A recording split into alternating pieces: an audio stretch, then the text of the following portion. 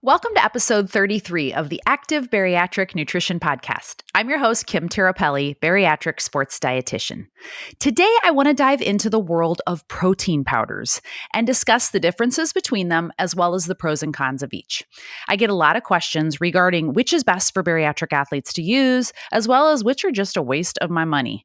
So today, let's talk all about whey protein powders, such as whey protein concentrate, whey protein isolate, and hydrolysates, as well as plant-based protein powders like soy and pea, branched chain amino acids, and collagen supplements individually. So let's dive in.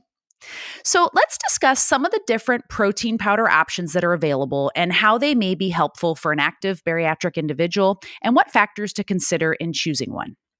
As you guys know, protein powders or ready-to-drink protein shakes can be helpful for bariatric athletes trying to achieve their protein goals in a day, especially because they're fast, they're convenient, they can help boost overall protein intake, especially in those early days after surgery when it is more challenging to get your protein needs met with solid foods. So certainly taking these in through, a liquid option can be really helpful, and they're easy.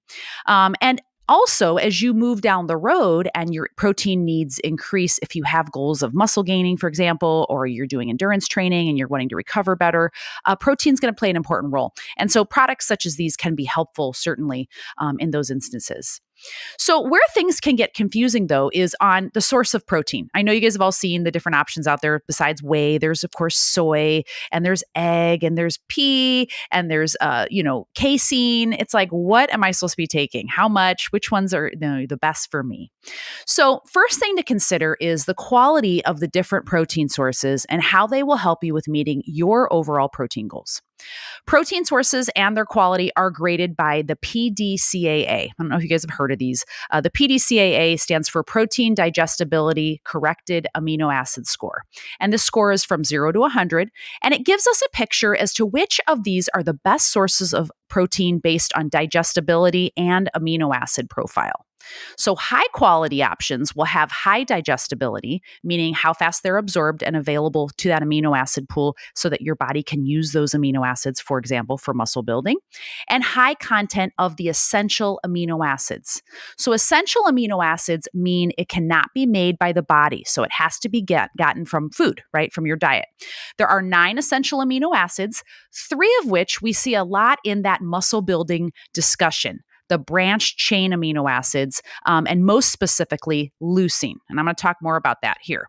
Leucine is an amino acid linked to muscle protein synthesis, and research has suggested that animal proteins have higher leucine content and are generally more advantageous to take after your workouts, for example, as compared to plant-based protein sources to stimulate muscle protein synthesis, just because there's that higher content in animal protein sources as compared to those plant-based sources. That's why typically folks will say, we should be taking, animal-based protein. But for those of you that are vegetarian or vegan, that might be challenging. It doesn't mean that you can't get branched chains in, especially soy-based protein, which is a complete protein. And I'll talk more about that here. But it just makes it a little bit more challenging because the overall content of essential amino acids is much lower in plant-based protein sources. So milk, whey, casein, and egg have a perfect score of 100 in those PDCAA scores, and soy is right below at 91.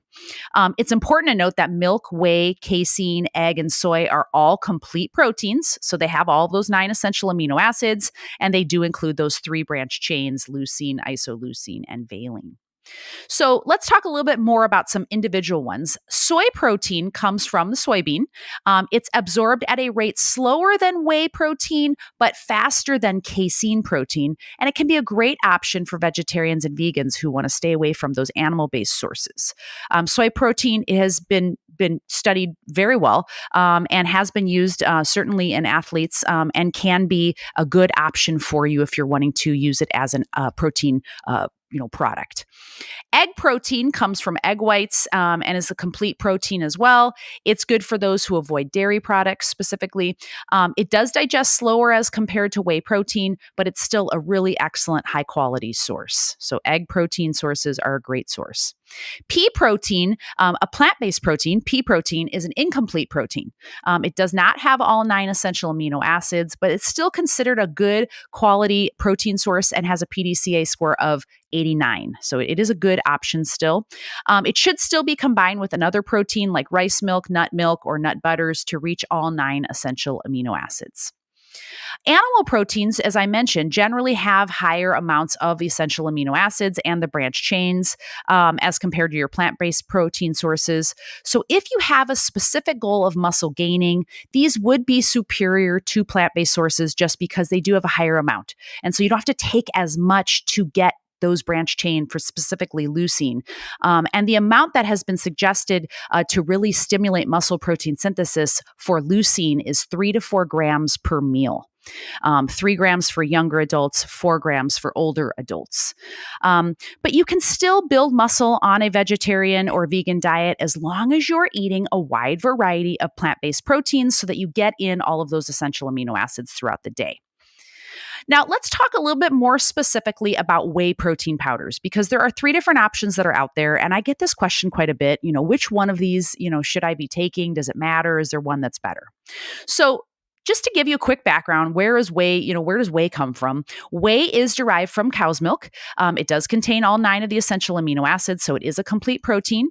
Before processing, about 20% of protein in milk is from whey, and 80% is from the casein protein.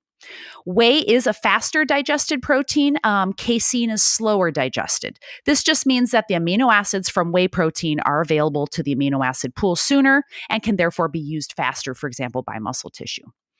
How is whey protein powder made? So when milk is processed to form cheese or yogurt, the remaining liquid component is the whey. Through further processing, protein content is increased, and then this can be dried and turned into a powder. This is called whey protein concentrate powder. As I already mentioned, the whey protein concentrate powder still does contain the 9 essential amino acids, so it is a complete protein, because I get that question, since it's been processed, does that change it? It's still a complete protein. It is the least processed form of whey protein. It contains up to 80% protein by weight. The remaining 20% contains carbohydrate, which is lactose, and it does contain also some fat.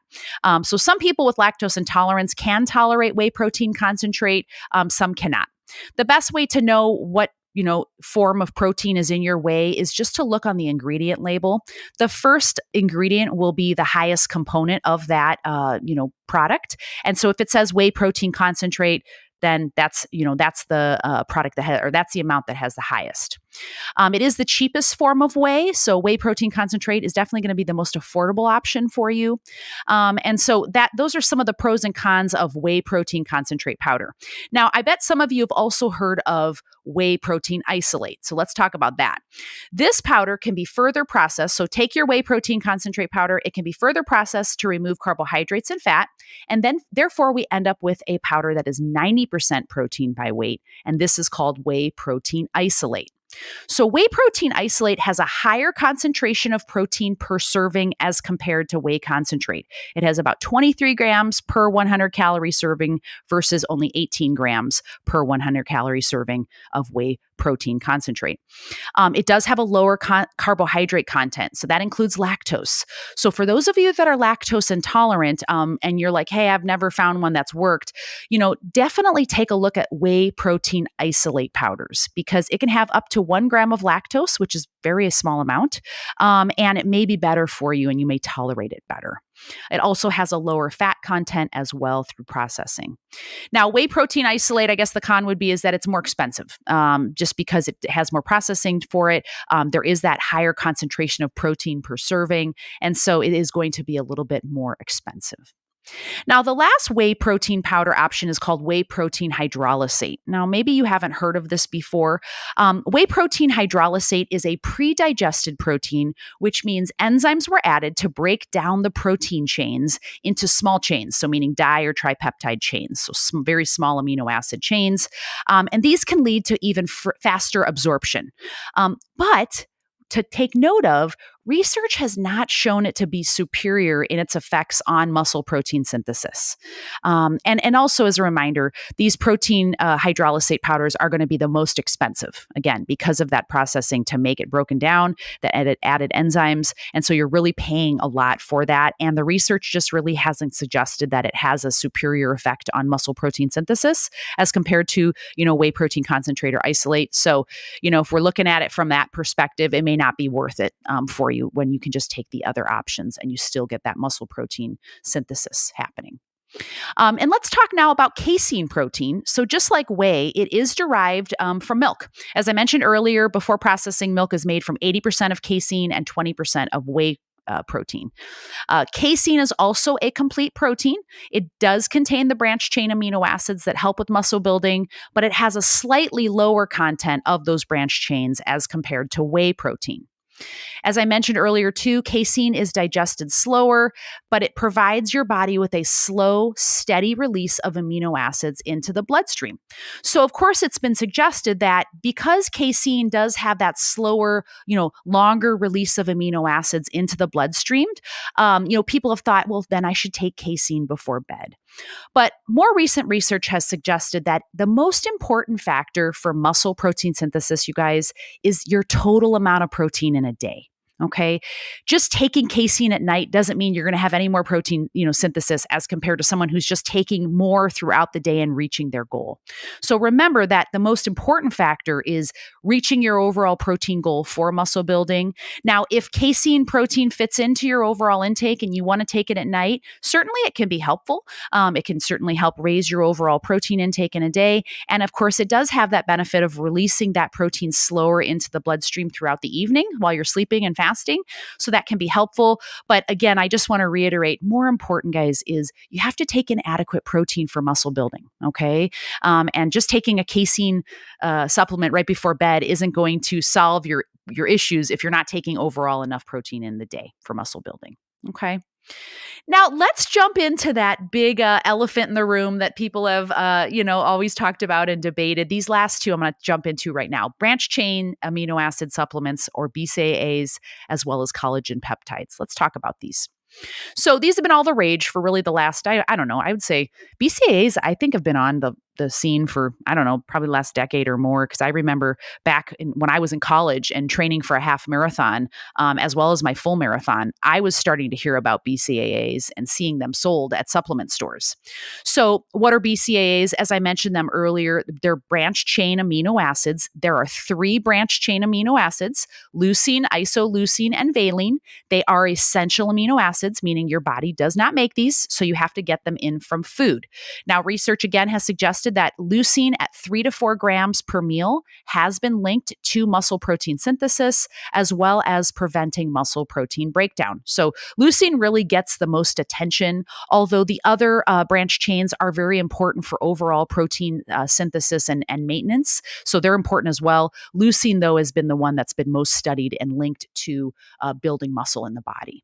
So what are the claims of taking branched chains? The claims out there that you might have heard, they're going to help with reducing muscle soreness. I just had someone recently ask me, who's an endurance runner, hey, I'm hearing in my community that I should be taking more branched chains. It'll help me with recovering better. It helps strengthen endurance during the workouts, minimizing muscle fatigue, supporting weight control. There's been all kinds of claims that have been thrown around with branched chains, as often happens when a supplement kind of starts to catch fire. All of a sudden, there's all these health benefits that are, touted by it, and not a ton of research to support them, unfortunately. So what has the research suggested with branched chains? So branched chain amino acid supplementation alone, absent the combination of other essential amino acids, is not enough to sustain muscle protein synthesis and recovery.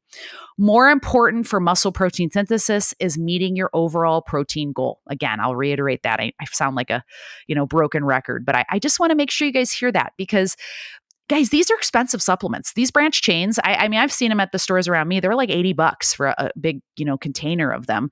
And at the end of the day, if you're eating enough protein, which if you're eating your animal-based proteins, so if you're eating beef, poultry, chicken, eggs, dairy, and you're taking maybe a whey protein supplement, you're getting in the branched chains.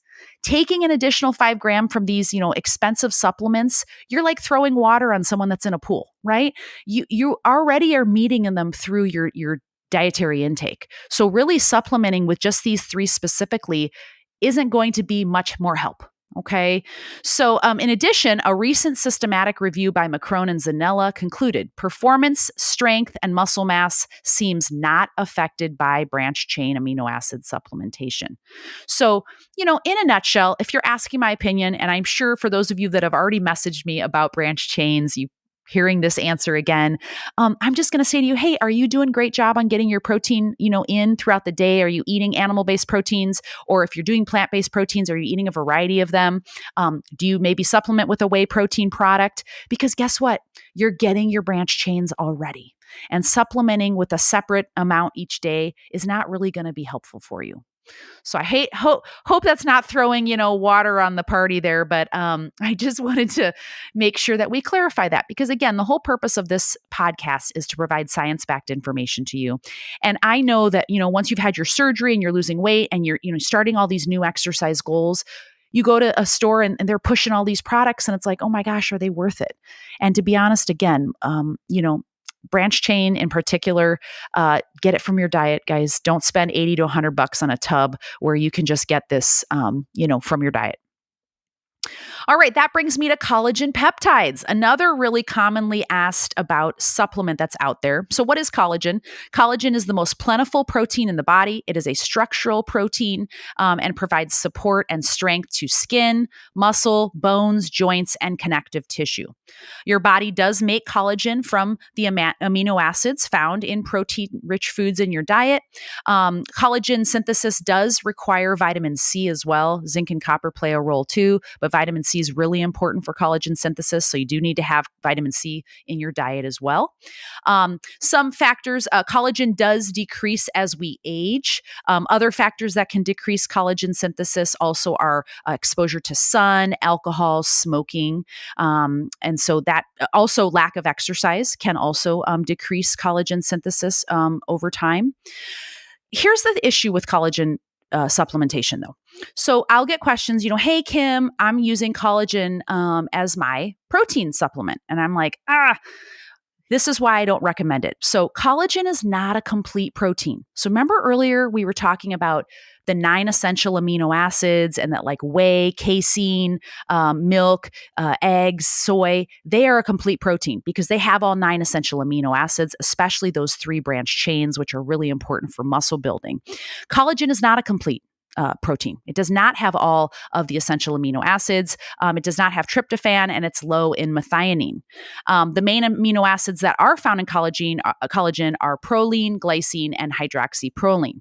So for someone out there that's wanting to build wanting to build muscle, collagen would not be the product that I would recommend. Okay. Number one, I would tell you we need to make sure we're eating enough, protein in our diet. Then we might look at, for example, the whey option, whey protein, rather than collagen.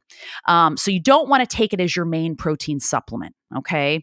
Now, where has collagen been, suggested to have some benefits? So research has suggested that it may help with joint function, ligament, and tendon strength by taking 15 grams a day paired with a source of vitamin C, like eating an orange or other fruit or like a glass of orange juice with it, 60 minutes before exercise. Because the research has shown that it takes about an hour for the amino acids that are found in collagen to show up in the bloodstream. Okay. But here's where the issue has been with the research out there on collagen. There appears to be a really wide variability amongst people who, take collagen and the collagen synthesis as a result. So there's a wide variability with, is the collagen that you're supplementing with actually increasing collagen production? And there seems to be kind of there's a wide range. And so what they're theorizing is that once collagen is broken down into smaller chains, because it's, in fact, collagen peptides are already broken down. That's what the collagen peptide supplement is. It's already broken down into small chains because collagen is a large molecule that does need to be broken down first. But once it's broken down and added to the amino acid pool, is your body actually using those to create collagen, or is your body using those amino acids to make something else? We don't know. And that's why the research out there on collagen has kind of been, somewhat, controversial, or I should say, some showing some benefit, some showing no benefit. But the research out there especially for athletes that maybe are recovering from a ligament or a tendon injury, taking it in the form of gelatin. So again, that 15 grams a day, pairing it with a source of vitamin C to help with collagen synthesis, about 60 minutes before your exercise or your recovery rehab routine. It has been suggested that it may have some benefits in increasing collagen synthesis. So that's really been the only research out there that has shown some benefit. So, to be able to just say to everyone out there, you guys should be taking collagen, especially for a bariatric client. Again, I would only really say if you're looking to, take it, it's not going to hurt you. Taking collagen doesn't hurt you. Okay. There hasn't been research out there that suggests that it's going to be harmful for you. But I guess just really knowing what are your goals, why are you taking it? Okay. If you are eating a wide variety of protein in your diet, your body is going to break those proteins down into amino acids. And if your body needs collagen, it's going to make it from those proteins that you're eating in your diet. Okay. So supplementing with it, again, the research is kind of back and forth on whether it actually does help with increasing collagen synthesis.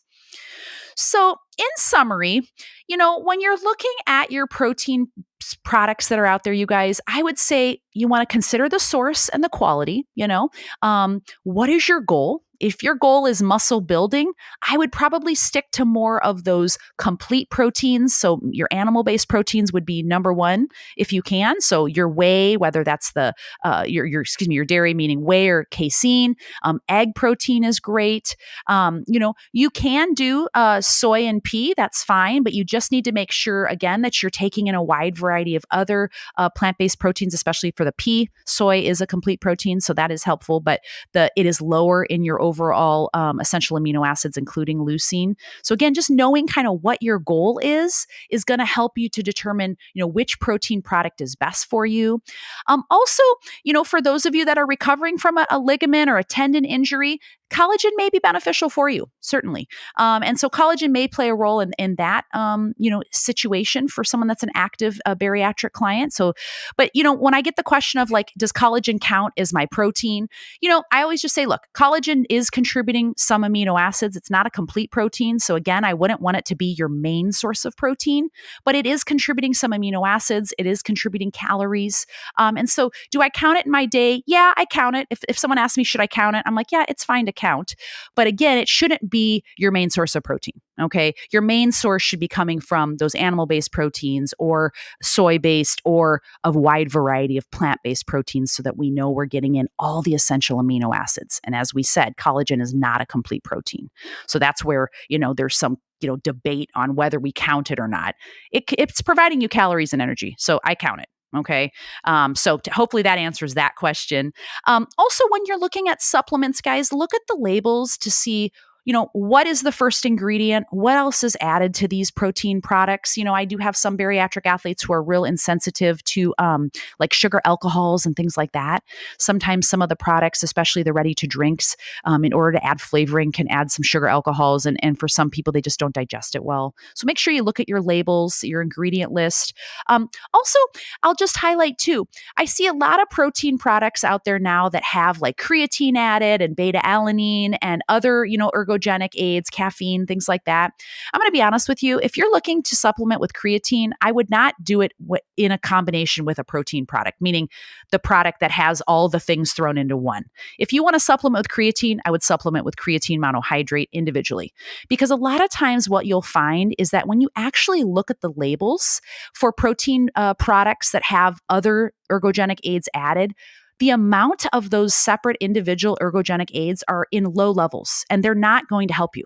Okay. So if you're needing or wanting to take a separate supplement like creatine or beta alanine, take those individually so that you know exactly the dosage, the quality of the product that you're getting and the source. Don't just, throw all the ingredients into one and say, oh, this is the best protein shake out here because it's got all this stuff. Usually, guys, they're not in the amount that you need. So I would go for, a protein-based product. And then, like I said, if you're looking for creatine or beta-alanine or something like that, I would individually supplement with those so that you know the exact source and the dosing and you know what you're getting. Okay. And then lastly, whenever we talk about supplements, I always just remind you, look at the labels. Is it third party tested? Okay. Look for organizations and labels like NSF, USP, and also Informed for Sport. These mean that they've been third party tested for purity and potency. And you know that you're not getting, banned substances or other kind of garbage added proprietary blends where you don't know what the heck is going in there, and things that can be harmful. So remember that the supplement industry is highly unregulated, and you just want to make sure that you're picking high quality products that are going to be helpful for you, that are not a waste of your money, right? And they're not, providing you with things that your body doesn't need or that might be harmful. So I always just remind you, if you ever have questions about like supplements in general, but specifically any of these protein-based products we talked about today, please don't ever hesitate to reach out and ask me. Shoot me a DM on my Instagram account, my Active Bariatric account, or you can always just email me, kim@activebariatric.com, or you can go to my website and message me through there. But I know there's tons of confusion out there. And so again, the purpose of this episode today was to kind of cut through a lot of that confusion, talk to you about each of these different options out there, and kind of what are the pros and cons of each and if they're worth your time and money. Right. So again, I just thank you so much. I hope that you found this episode helpful. Thanks for being here today. As a reminder, you can always watch the full video of this podcast episode on my YouTube channel, the Active Bariatric Nutrition channel. So make sure to subscribe to it, give it a like. Also, if you don't mind, please just share this podcast with maybe just one person who you think might find it helpful. That way we can get it out in front of more people and I can help more people with this information. If you don't mind subscribing to it and give it a rating, that's how it kind of gets out there in front of more folks. Again, my goal of the Active Bariatric Nutrition Podcast is to share science-backed information and really answer those questions that are out there because there's so much confusion out there for our active individuals who have had bariatric surgery. So I hope that you're finding these episodes helpful. You can follow me on my social media on Instagram at Active Bariatric, as well as my Facebook and TikTok pages. And if you'd like to learn more about my one-to-one bariatric nutrition coaching services, please go to my website, activebariatricnutrition.com, and schedule a free discovery call so that we can learn more about each other and your goals. Again, thank you so much for tuning in, you guys. We'll do this again next week. Take care, everybody.